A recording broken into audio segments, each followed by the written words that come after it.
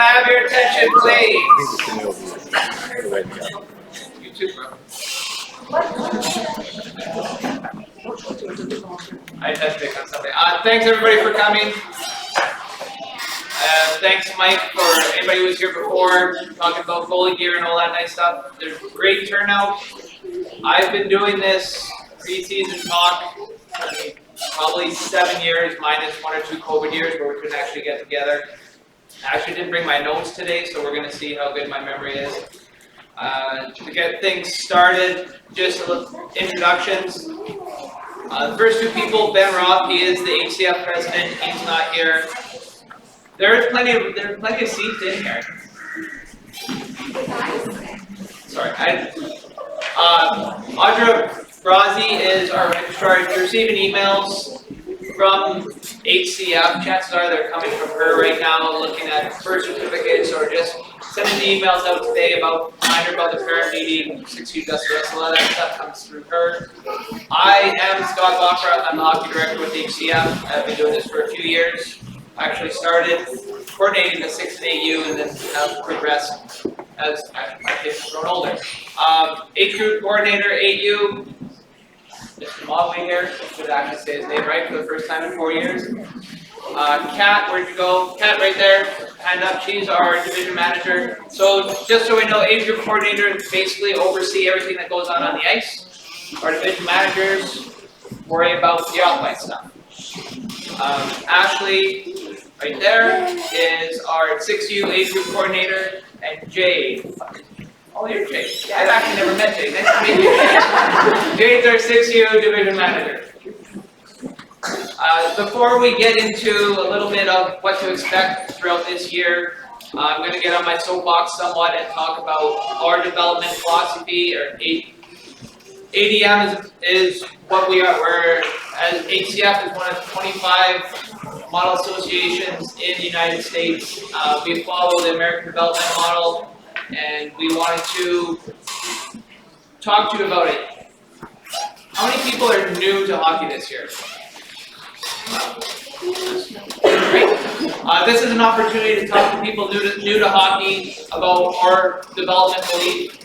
Just kind of share that with you so we can explain and you can understand where we're coming from. The people that have been here before, some of this is going to be repetitive, but I talk about it all the time, so it's good for us. So kind of what comes to people's minds when we talk about athletic, the ADM is long-term athletic development. You know, cross-ice hockey or half-ice hockey is this buzzword, skill-based practices, all these things are what we talk about with the ADM, but really what the ADM is at its heart is an age-appropriate, high-performance path to development. People hear ADM and they kind of think, well, it's great for just some kids, but not my kid. ADM is an all-encompassing philosophy, how we're going to develop kids, how we're going to develop athletes, so that they reach their potential. Doesn't matter if it's hockey, basketball, soccer, whatever the case may be. It's an overlying philosophy with sports. Just hockey has kind of been groundbreaking when it comes to this. There are a lot of other associations, a lot of other sports that are now jumping in on this ADM and incorporating it into their kind of sports. But yeah, nationwide model development hockey players, and at its very core, the ADM is play, love, excel. Coach Steffi said it the best, you know, we want these kids every time they get off the ice, we want them to have a big smile on their face. We want them to enjoy coming to the rink. We want to develop that love of the game, because once kids develop the love of the game, they're going to excel if they want to. One of the big things that when I talk to people around is I'm very proud of what we are as a hockey organization. I'm proud of what we're doing. We have great coaches, we have a great philosophy, but at the end of the day, it's not a program, it's not a coach that's going to develop a kids from 6U all the way to 18U and get them reaching their potential. It's going to be the kids. So our big philosophy is empowering kids to learn to come, have fun, and they're going to grow. Yes, I agree. Looking at this screen right now, this kind of goes through the outline, you know, 6U all the way up to Hockey for Life. Hockey for Life is what we're building. There's a buzzword that a lot of people have been saying, it's hockey for life, not hockey is life. What we want to focus on right now are those bottom two, those athlete start and the fundamentals. That's this age group that we're talking about right now. Just getting them out there, getting them active, really getting those building blocks for sports.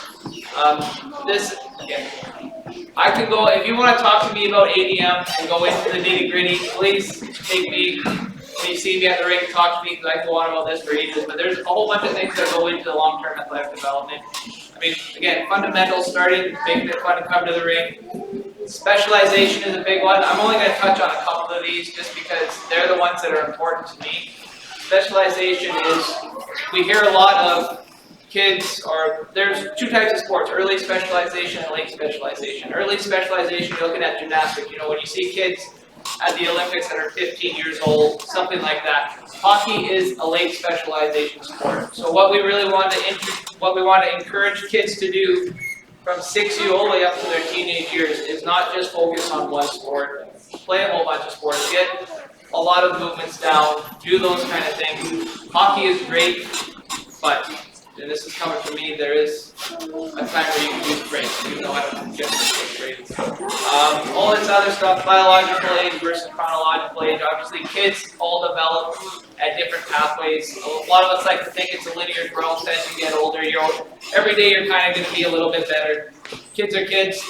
They're going to go up, they're going to go down, they're going to go in circles all throughout their career, no matter what they're doing. So don't expect little Johnny, had a great day one day on Tuesday, Thursday comes back and he looks like he forgot everything. It's part of being a kid. There's a lot of variation that goes on a day-to-day basis. Yeah, I don't need to talk about the rest of that. So, our practice and game format. I'm going to start on our practice format. Just because especially for our new families, it looks chaotic when you get out there. Hockey has changed. How you teach, how we do practice has changed a lot from when I was a kid. I mean, I grew up in Canada, I'll admit that. I'm very proud of that, actually. But where I grew up, it was you had one team, maybe two teams on the ice, so you had 15, 20 kids, maybe 30, and that's just how it is. With 6U and 8U especially, we have completely changed how practices are run. We're getting 40, 50 kids on the ice. We're breaking them into 6 stations. We're running these kids through all these different drills. We're having, skating emphasis here, puck handling, passing, shooting, all those different emphasis in the different skills that they're doing. We're keeping them active. We're getting them repetitions. Young kids especially have a short attention span, so we're switching stations every 7-8 minutes, getting them doing something else. And all this is designed through that ADM to keep the kids engaged and keep them having fun and keep them learning. 6U practices are only 45 minutes, 8U are an hour, so there's that built into it too. But the purpose of all this is we want to increase those repetitions. Old school practices, I don't know how well you can see this on the screen. Traditional practices, you get maybe 25 shots, 30 passes in a practice. With this new development, with the new philosophy that we're doing, you're getting double that. And that's double that every practice. If you think that you're doing 20 practices a year, you're getting an extra 20, 30 shots every practice. Over the course of the year, you're going to get a lot more shots. If you're shooting that much more, you're going to probably have a better shot at the end of the year. That's our practice thing in a nutshell. It is chaos. I will fully admit that, but it is controlled chaos.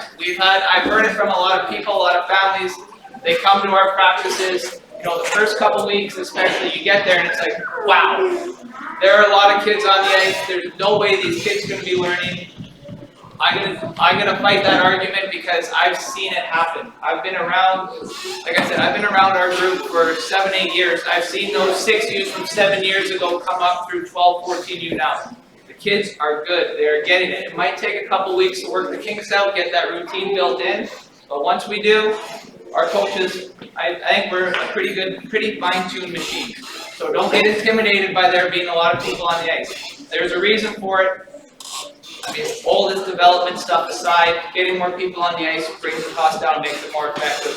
It comes back to our Hockey for Life, Hockey for All. Similar philosophy when it comes to games. I mean, 6U, 8U, we're playing cross-ice games, so it's 4-on-4 cross-ice. Again, this is the same thing for safety. We're shrinking that area just because as soon as you shrink that area, again, you can see it, you're getting twice as more puck touches, shots, change of directions, all that stuff. All the stuff that goes into the development, you're getting more when you're shrinking that area. As you grow up, you come through the program, I see a few 10U parents, 10U we play half ice, same philosophy. A lot of times, and I understand kids, we want to play full ice because that's what we see when we're watching the NHL. But when you're 6 years old, when you're 8-year-old, that is a huge area. That would be like us as adults playing hockey on a football field with soccer nets. I mean, that's intimidating. We want to get these repetitions. We want to have these kids skating and be in pressure. Hockey, as you watch the higher ups, hockey's not you get the puck and you get to skate wherever. It's always puck battles. Somebody is always in your face. And getting kids accustomed to that at a young age is really what we're doing to set them up for success as they grow. Okay, so that was my ADM in 12 minutes. Now we're going to get on to the stuff that you guys probably care more about, the overview of the season. So we got some 6Us and some 8Us in here. I'm just going to run through them both quickly. These, don't hold my feet to the fire. These change, please. But general outline, 6U, those are your birth years. So we got 4, 5, and 6-year-olds. We're going to start October. We're going to go through the end of February with a 2-week break at Christmas. For our 6U skaters, you get 2 skates a week. For everybody comes together Saturday at the Dipper. And that's going to be 45 minutes. And then families have their preference on when they want their second sheet. If they want it Sunday at the Dipper, great. Well, there's also a Tuesday option at Polar.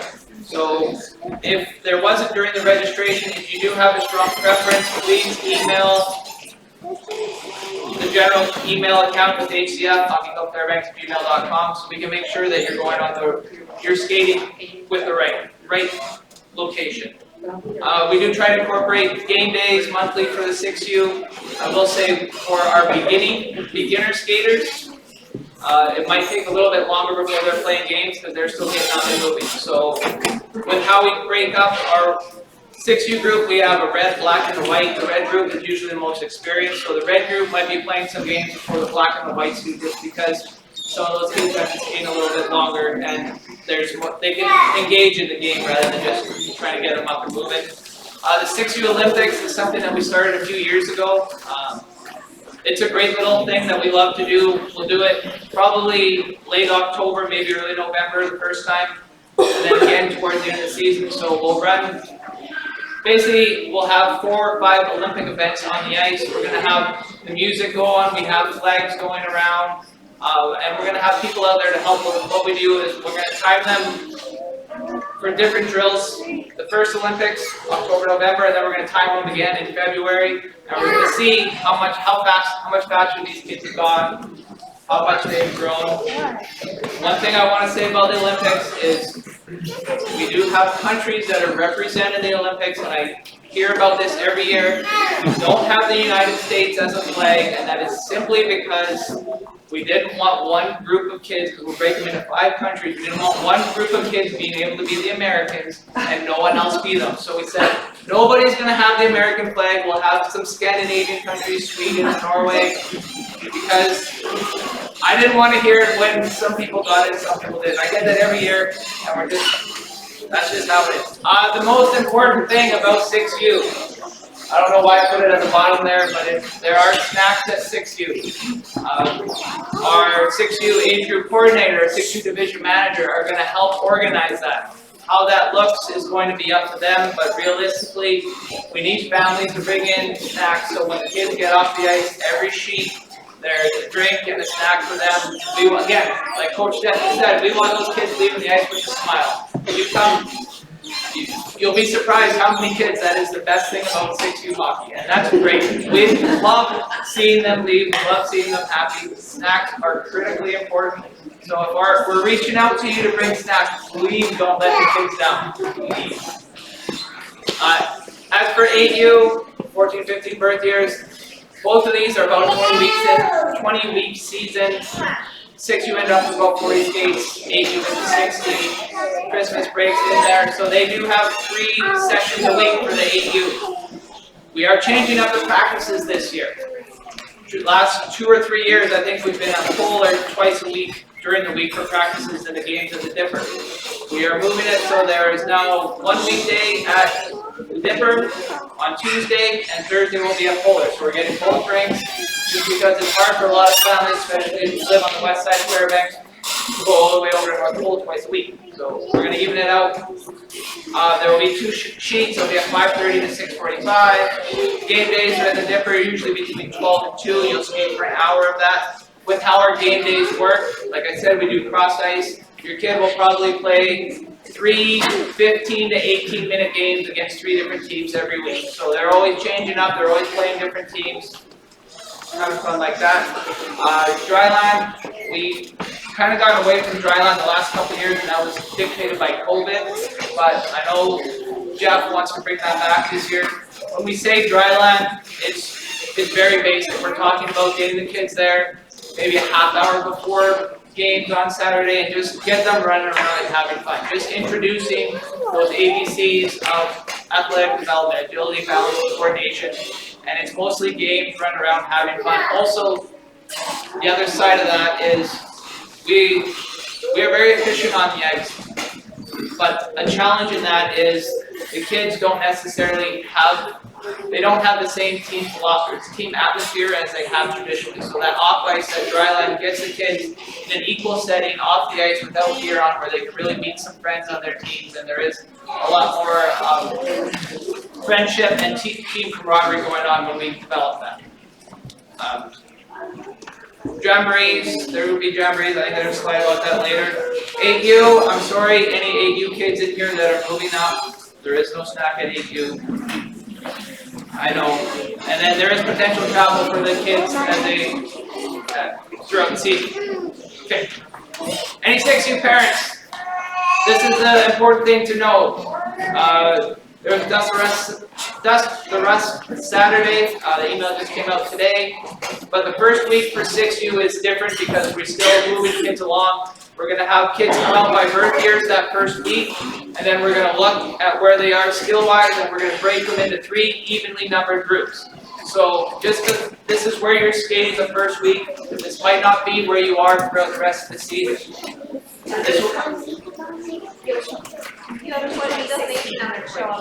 I do have 2018 twice. You don't have for your place. No. The last slot, the 11 o'clock one, is going to be 2016. Thank you. No, I don't. I'll fix this before I send it up. So then if you chose Dipper, you'll be there on the Sunday and the 2nd, and then if you choose Polar, that'll be the Tuesday. Jerseys won't be available to the 8th because we have to go through and get that all figured out. That's just for 6U. The team makeup, I already kind of touched on this for 6U. We'll be breaking them up into colors like that. There are no goalies at 6U. No goalies. 8U. I know we had assessments, that was like 2 weeks ago at this point. It seems like months ago. The teams are finalized. Actually, you can expect the teams to be announced for 8U probably tomorrow. We'll assign them all online. We'll get emails. We'll put it on Facebook, blast it out, all those kind of things. At this point, we have 11 teams, and each team has about 9-10 skaters on. And the reason we have 9-10 skaters is because that's a really great number when you're playing games and when you're going through practices. Not everybody's going to show up all the time. So when you have a practice, we're talking about our station-based practices, that means you probably have 7-8 kids. You can run them through drills again to get more repetitions. Comes to game day, they're out there every second shift. That's what we want. I mean, well, if you're here, you have a kid that's 8 and under, and they got a lot of energy, so we're trying to burn that out. Usually unsuccessful, but we try. We might have to juggle the rosters at some point. Last year, we started with 9 teams. We got a lot of people that joined a month into the season, so we had to break it up and create a new team. I hope we don't have to do that this year. We might add a couple players, 1 or 2 to the rosters as we move forward, but if something happens, we have to adjust with the information. There are no full-time goalies at 8U. So what's going to happen at 8U is every coach has a goalie bag with some gear in it, and we're going to rotate through every person on that team, hopefully, for that first half of the season. I think it's really important for kids to try that opportunity to experience it and see what it is. I can tell you as a hockey director, we have older age groups where we have 8 goalies in one age group, then like 2 in the next, and then 6, and then 3. We are kind of limited to teams as to how many goalies we have. So we really want to introduce this to people. We want to give them the opportunity. I know as a hockey person, I really did not, and I can say this since they're not here, I really did not want my kids playing goalie. But at the same time, they did try it, they did get into it, and they gave it an experience. They saw what it's like. We do have, like I said, we have some good gear. It's a good, fun time. One of the things we've talked about as coaches is providing a better developmental tool for them and give them some better coaching to set them up for success. The other thing about goalies is I strongly encourage our coaches not to give our AUs goalie sticks, simply because goalie sticks are heavy, goalie sticks are preordained as to how big that paddle is, and the kids are going to hold it where they think that paddle should be, and it's going to affect their stance. It's heavy, they can't move it. That's why when we say we're sharing goalie gear, we're sharing gear, generally not sticks. So yeah, every kid gets a chance to be a goalie. You look at the numbers, I said season's 20 weeks. We have 10 kids on a roster. That means everybody gets through it for the first half of the season. The second half of the season, if you tried it and you don't want to do it, that's okay. But if you like it, you might get a couple more opportunities. Jerseys and socks for 8U will be available at your first practice. So I know Coach Stephanie was talking about 6U, 8U, that first practice, which I think is the 27th maybe, like the 26th on Monday. The 27th jersey will be available. You can hear the restlessness in there, in the crowd. Jamborees, there will be a Thanksgiving Jamboree. It's happened at Fuller in the past. We'll see if it's at Fuller or Dipper. Usually there's 8U at one place, 10U at the other. Naha does a Jamboree in February that we participated in the last last year, year before that was COVID, that was a mess. And there are travel opportunities, and this is the big thing. When we talk about travel opportunities, we're really cognizant of families and not wanting to put a financial burden on families that don't necessarily want to travel. So when we are talking about travel, the way we do it is we put it out to our entire 8U group.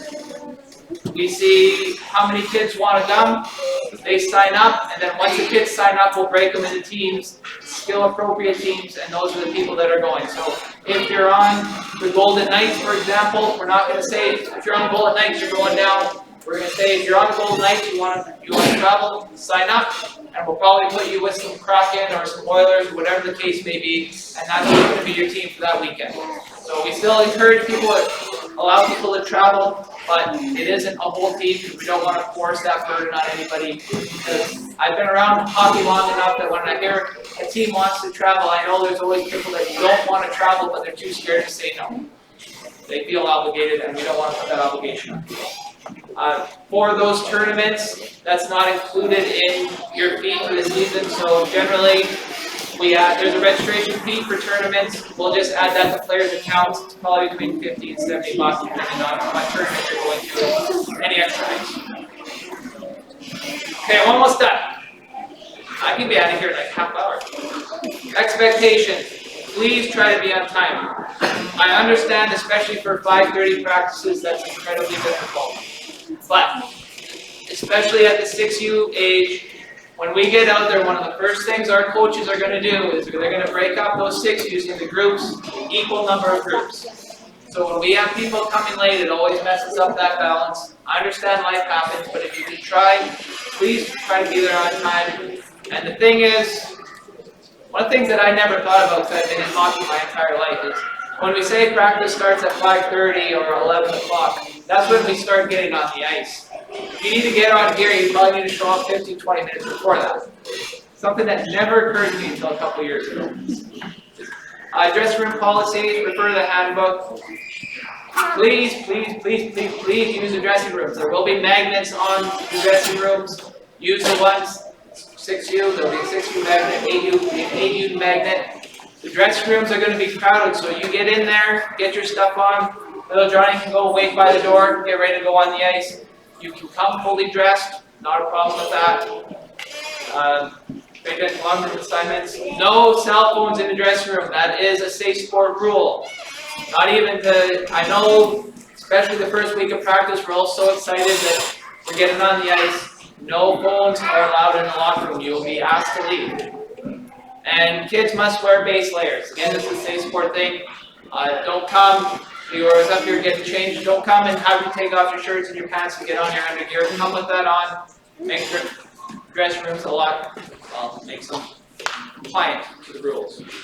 The pre-post practice routine, since we have some new family space. Like I said, if you want to come to the rink with your gear on, great. Come at Dipper. Once 5-10 minutes before the ice, you can usually get them, line them up on the bench. They can wait there. Coach will unleash the hounds, as we say, let them on the ice when the time comes. But that's where you can wait on the bench at Polar, kind of down near the end of the lobby. Kids will wait by there. They can wait fully changed, and then when the coaches are ready, they're on the ice. Kids aren't allowed on the ice until the coach tells them they are allowed. Post-practice routine, again, they'll come on and just, especially for the young ones, if they're looking for you, be there. The Dipper, they'll be in the hallway. Polar, it's just right by the lobby. You can get them in. You can throw on the skate guards, get out of the rink, or you can go into the locker room and get their stuff on. It's up to you. But again, please use the locker rooms. The other thing that I don't know if Steffi talked about with gear, but one of my things is I really encourage you to get them to practice putting on the gear on their own.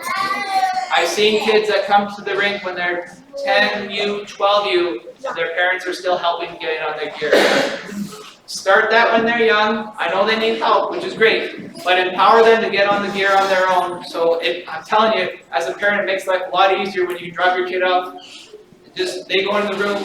I mean, I'm a coach, so I'm usually doing other things, but that you know that they're going to get their gear on, maybe get the tie-up skates, but empower them to do it on their own. Rink rules. No parents on the bench. I know it's a great spot to take a picture. You're not allowed there. And then keep an eye on siblings running around the rink. Some rinks are more lenient than others, but we don't want kids falling down or getting hurt or being in a bad position. I mean, 6 and 8s don't play at Patty, but Patty is a prime example where the Zam comes right where people walk on and off. So we want to make sure nobody's getting hurt. Be available for practice, just in case your little 6U's on the ice and you need the potty break. We have coaches that are on the ice to help. We don't necessarily have enough coaches to take somebody to the bathroom and leave a group by themselves. So please pay attention. If you're not helping on the ice, you can please help off the ice. This is, again, critical at Polar. At Polar, coaches can't get off the ice because there's cement where all the equipment goes. So at the end of the skate, please come down just by the Zam door. You can help us take off the nets or whatever else we need to take off. Or even at Dipper. Help take things away, put them away nicely. It just makes things a lot easier for the coaches. Announcements come, email, make sure your email account is updated. And things come through the app, the SI Play app. It's really easy to use. And have fun, encourage your kids. Again, that's redundant to what Coach Steffi was saying earlier. The biggest thing we want is these kids to have fun. We want them coming back next week. We want them coming back next year. I'm biased. I think hockey's the best game out there. I want to see all these kids come back and have a great experience. It doesn't matter how good they are. It doesn't matter what they're learning. If it's somebody that's standing up, awesome. If they're learning to shoot, great. We want to encourage these kids to no end. I love seeing this many kids in the program, and I want them to continue skating. How to help. Some of this is redundant. I mentioned that. If you're going to be there anyways and you can skate, you might as well come on the ice. It's chaos, it's hurting cats. The more people we have out there, the easier it is for everybody. The more work the kids are going to get, the more fun they're going to have. You don't have to be a college level player to get out there. If you can stand up and shuffle pucks, I guarantee you we can use your help on the ice. Managers, this is a great time. There aren't too many responsibilities. I think today you would just get you involved. It helps as we progress. Scheduler, 8U parents. I think we've beaten this one to death for years. When we're doing games at Dipper, we use the hard ice dividers. We need your help getting those on and off the ice. Like I said, I've been doing this for 7-8 years. I feel like every year we're doing this, it's the same 5 parents helping every single time. Don't hesitate. Don't wait for somebody to act. you see a need, fill a need, please. The quicker we can get the dividers on and off, the quicker the kids can be out there, the more fun they can have. And Jamboree coordinator, again, if you want to volunteer, we got lots of positions. So this is the last slide, and this is one of my favorite research papers that I read about youth and sports. And so this is the soapbox that I usually end up on for a meeting. Sorry if you've heard it before. Anyway, a couple years ago, maybe 5-10 years ago, we have a lot of interpretation, but we as parents think it's fun for the kids, or what they enjoy about playing youth sports. So somebody actually decided to research that and see what it is. So they asked kids, I think it was soccer, not hockey, but still. They asked kids why they enjoyed participating, and 9 out of 10 said it was fun, which is great, that's what we want. But they followed that up with, okay, what was fun about playing? And now, so what you're looking at is the answers to what was fun, why kids thought that experience was fun. So you're looking at number 1, trying your best. Coach treats you with respect, getting the playing time. So the things that I have been told from parents about what they want, the kids enjoy winning, that's number 48 out of 81. They enjoy playing in tournaments, that's number 63. They enjoy getting pitched. I hate pitchers. I can't stand pitcher days. Worst day of the year as far as I'm concerned. That's 81. That one I've done. But the travel, the winning, all that stuff that I have heard parents say, oh, my kid really enjoys that. The research doesn't back it up. The kids just want to go out there, work hard, and do their best. So that is what we are trying to instill. That is what we're trying to teach, especially these youngest kids. We're trying to give them the experience where they're having fun and they just want to keep coming out. Everything else will take care of itself later. With that, it's win the race to the right finish line. We're not about developing elite 8U, 10U athletes. We're about hockey for life and putting these kids on the path where they can be as successful as they want to be. And with that, I think I'm done. Oh, I didn't update this slide. Wow, I still got the old coordinators on there. So, but anyway, that's the end of my presentation. 35 minutes, getting better, getting quicker. I'll open it up to questions. Oh, come on. Well, if nobody has questions, oh, Cat's got a question. Did you guys get enough for the 80 girls team this year or not? There is not going to be any girls team this year, no matter. Sorry, Kaylee. Is 600 required of our neck guard? No, neck guards are not required. That's Canada. All right, well, there's no more questions. I'm gonna adjourn the meeting. If you want to help as a coach, again, Jeff, 8U, Ashley, 6U. If you have questions, please talk to them, talk to me. We'll see you at the rink all year. Otherwise, I want to thank everybody for coming, and I want to wish everybody a successful season. Thank you.